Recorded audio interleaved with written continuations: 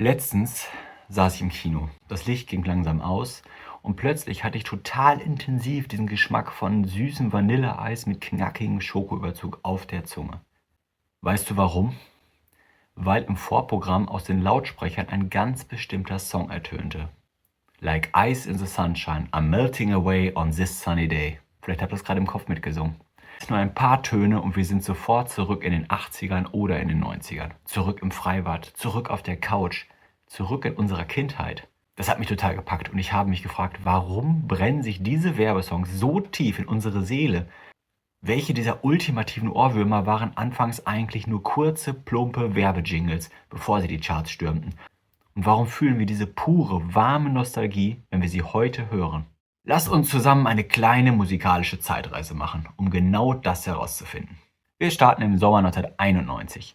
Erinnerst du dich an dieses unbeschwerte Gefühl von Sonne, Strand und dem perfekten Urlaub?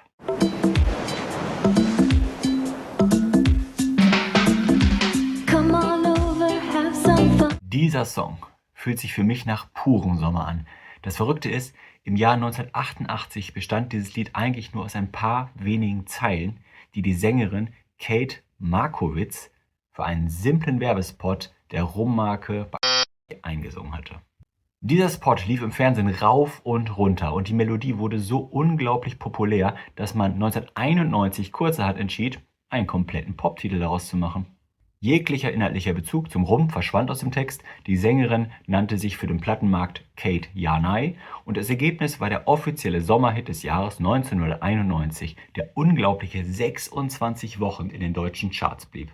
Und wo wir gerade beim Schwelgen in diesen Erinnerungen sind, weißt du noch, wie sich die erste große Liebe anfühlte? Dieses Kribbeln im Bauch? 1988 untermalte diese emotionale Pop-Rock-Ballade eine Coca-Cola-Werbung. Dieser Spot traf den Nerv der Zeit so sehr, dass der Song kurz darauf als reguläre Single veröffentlicht wurde und in ganz Europa auf Platz 1 schoss. Für mich war das ein absolutes Highlight, als Robin Beck mit diesem Song im April 1989 sogar bei Thomas Gottschalk in Wetten, dass auf der Bühne stand. Ein Millionenhit, der uns eigentlich nur eine Cola schmackhaft machen sollte. Ähnlich genial war es auch damals mit Levi's.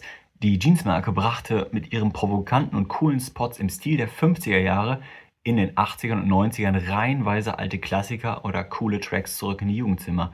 Egal ob Sam Cooke's Wonderful World, Shaggy's Bombastic oder diesen hier. Some people call me the Space Cowboy. Yeah. Manchmal waren die Geschichten hinter unseren Lieblingsjingles aber auch richtig dramatisch.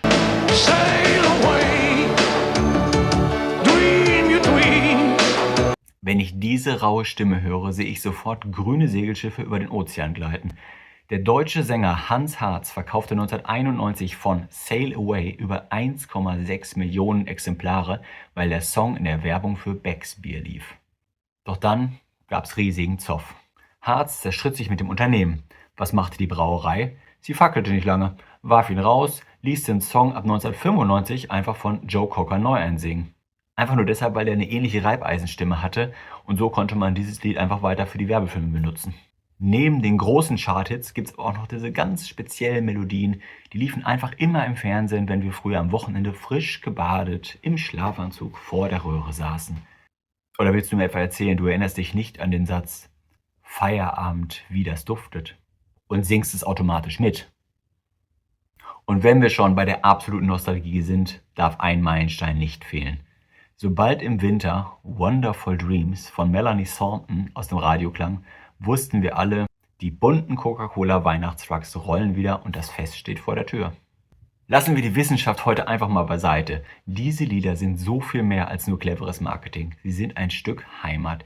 Sie sind wie eine Zeitmaschine, die uns sofort an unbeschwerte Sommer, an unsere Jugend, an ein heimelige Fernsehabend erinnerte. Die Werbeindustrie wollte uns damals zwar nur Jeans, Bier, Eis oder Schokolade verkaufen, aber ganz nebenbei hat sie uns den perfekten Soundtrack unseres Lebens geschenkt. Wenn wir also das nächste Mal an der Supermarktkasse oder im Kino sitzen und plötzlich Like Ice in the Sunshine hören, lade ich dich ein, schließ einfach kurz die Augen, lächle und schwelge in Erinnerung. Mach Macht's gut, Leute.